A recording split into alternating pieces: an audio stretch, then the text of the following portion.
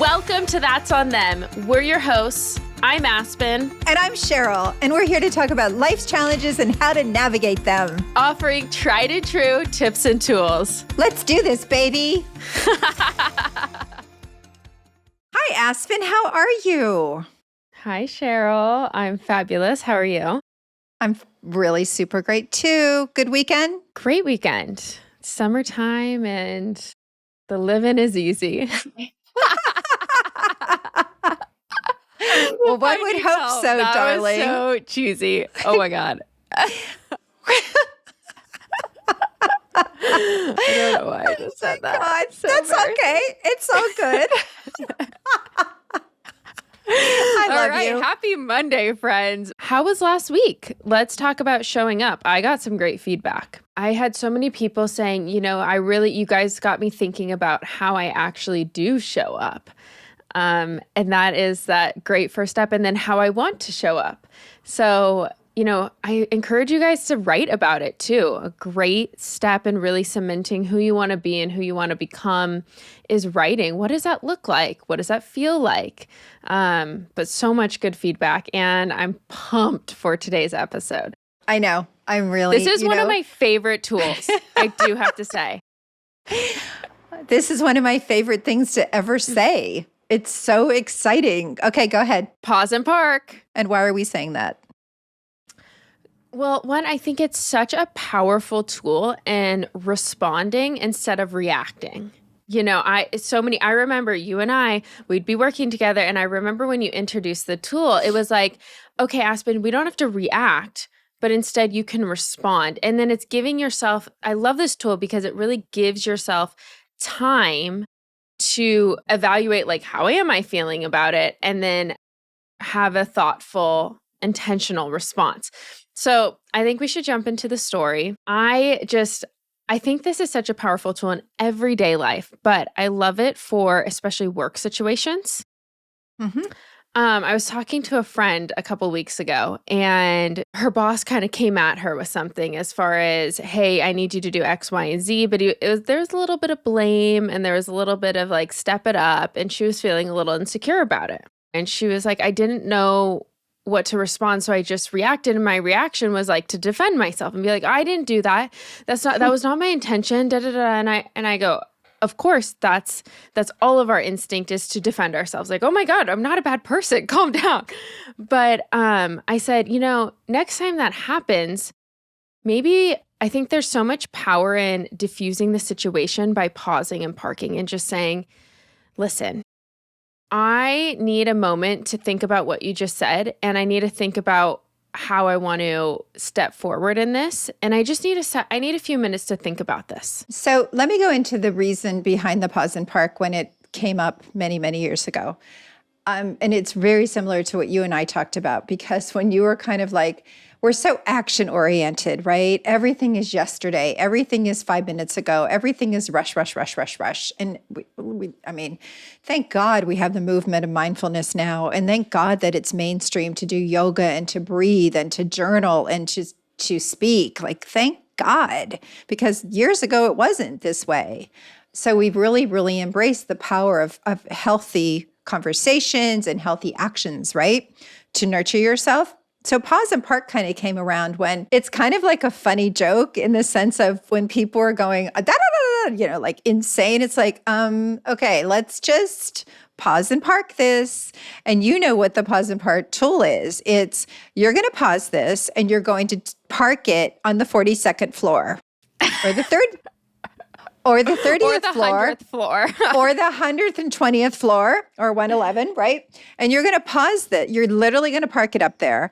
And then you're going to find out how important it is, because you got to walk up the 100 floors and you got to walk and you pick it up and you carry it back down. So number one, it's about that acknowledgement of how important is this, creating that mental parking spot. And like, I really want everyone to visualize a mental parking spot. Whatever it is, your boss, your friend, your partner, it doesn't matter why you're pausing something. Maybe you're pausing yourself, right? And most of the time you're pausing your own emotions and reactions to something. But you might be pausing a person. I remember a dear friend said, I want to go pause and park my husband. And I go, go park them. But make sure you put them on the 20th floor so you could pick them up pretty quickly. I think pausing and parking other people and their reactions is so freaking powerful in protecting your peace. See, oh my God. Absolutely.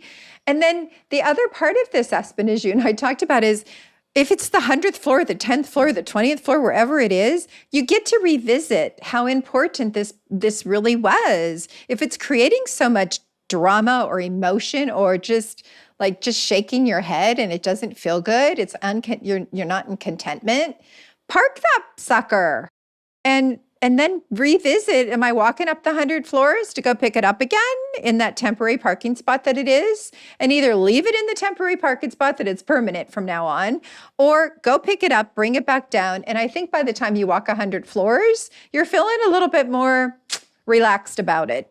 Yeah, I totally agree. And I think that there's this urgency, like you said, this like, oh my God, and people come to you things with like, oh my gosh, it's an emergency. The world's on fire and we're all going to die. It's like, no, your Amazon package is just getting delivered 2 days later than you expected it to. And this is like, you have to put it in perspective. Like, is this really that big of a deal? Even, your boss emails you with something and like wants a response immediately. Okay, are the bank accounts at zero? Are we in the negative? Is this something that has to be, is this an, oh my God, an emergency? Most of the time, it's not. It's they're feeling anxious about something and they're coming to you with it. And that's okay because you're a team and you got to work as a team. But I think sometimes by you taking the pause and park, it actually gives the other person space and perspective. And I've had so many situations where people come back around and go, yeah, in the moment, it felt super urgent, but now that I've put more thought to it, I think we should approach it X, Y, and Z, or this really isn't that big of a deal. And you bring up a good point. It's about the weight of it. Like, how much does this weigh? Number one, on you. Number two, on the people around you. And number three, on the circumstance. I mean, if water is boiling over the stove, you don't park that one. You turn off the gas, right? I mean, that's boiling water. It's going over. Okay, you got to take care of that. But if it's something where it's just really a bugaboo and it really is making you nuts, and or the timeline seems just crazy, just let's be less emotional about it and let's just pause it, take a breather, and park it. And again, the importance of it is really the weight of it all. And only you know what the importance of it is. But I think having that visual temporary parking spot, even if it's road rage, right? Especially with the 405 or whatever, right? People are just so aggressive in the mornings. And even if somebody just cuts you off, you don't go aggressively after them. You just pause and you park them on the 200th floor because you're never going to go do anything with this person. Right. Okay. Who cares about them? So it's really a visual mindset. Yeah, absolutely. And it's really a tool to protect your peace and protect yourself and be someone that responds versus reacts. Mm-hmm. Slow down the thought process. I find that when I am pausing and parking and using that tool, I'm giving more thoughtful responses. Things flow better. A person texts you and, they want a thoughtful response, but you're in the middle of 500 other things. Mm-hmm. You're like, okay, I'm going to get back to you, but I want to get back to you when I have the capacity to get back to you. So pause and park it. Okay, so let's get to that question. Talk about getting to things. I love this question. Yes. Okay, here we go. Our friend in Nevada, I love your podcast. It's been perfect for my drive to work. Yay. Up until the last 2 episodes, I've never heard of ego being described that way. And I think I'm struggling with the whole letting it go and being authentic self. My life is all about working for other people and making them happy. So I'm not really sure how to get myself and even find my authenticity, SOS. Huh. That's a lot. Yeah, that's a good one though. So she's really referring to the ego to authenticity episode. I think the reason there's a struggle to find authenticity is because we get stuck in doing things for others and we just don't even know what we want. I believe that this one's packed with so much stuff. And the number one thing, as you just said, Aspen, is take yourself back, nurture yourself, whether that's the grounding, going into nature, Saying no. No means yes to me. That's another quote that we love. No means yes to me, because you're saying yes to yourself and no to the circumstances or whatever is putting you into that ego state. And that ego state, as we know, is fear on steroids. We're coming up with a lot of quotes today, girl. Fear on steroids, for sure. And I think that, this I need to be everything for everyone. I'm hearing a little bit of that. And it's really disconnecting you from your authentic self. And that's why you're like, I don't even know what my authentic self is. What does that mean? So I love this concept of me time and scheduling that time. You're probably someone that it's not going to come super naturally to just, I'm going to go take me time. So put it in your calendar if that's what you need to do. Yep. Calendarize me time.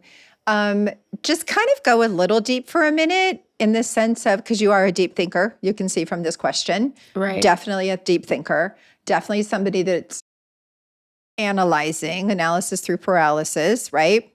So I would say those people that you love or that you really kind of respect, ask them, go, you know what? What's my authentic self? And start writing down your authentic self, whatever that looks like. My authentic self is to hug and to smile and to have chocolate and to get my nails done and get a massage. But really, my authentic self is to build community with the people that I love and adore. What's your authentic self? I would say my authentic self is community driven. It is really connecting with people and feeling an intimate connection with them. And being creative. And that's the other thing to our listener who asked the question, where's the creative spirit? Like, go in there and nurture that creative spirit. Throw on that music. Do that dancing, because that changes you from ego, girlfriend or boyfriend, whoever it is. There is no way ego can be connected, like we said before, when you're doing creative things and when you're doing things that aren't so mindful. So I think that's a pretty good wrap up with respect to this. The last thing I want to say is do not feel guilty for taking time for you. I schedule in my morning is for me. It's not for anyone else. And I don't care. It has to be a serious emergency for me to give up my me time, just because I know I need it in order to show up as my best self. So I really encourage you to give yourself the space to explore, to be creative, whatever you need to do for your me time. Okay. That's it. All right. We love you guys. Have a fabulous week. Pause and park, pause and park, pause and park.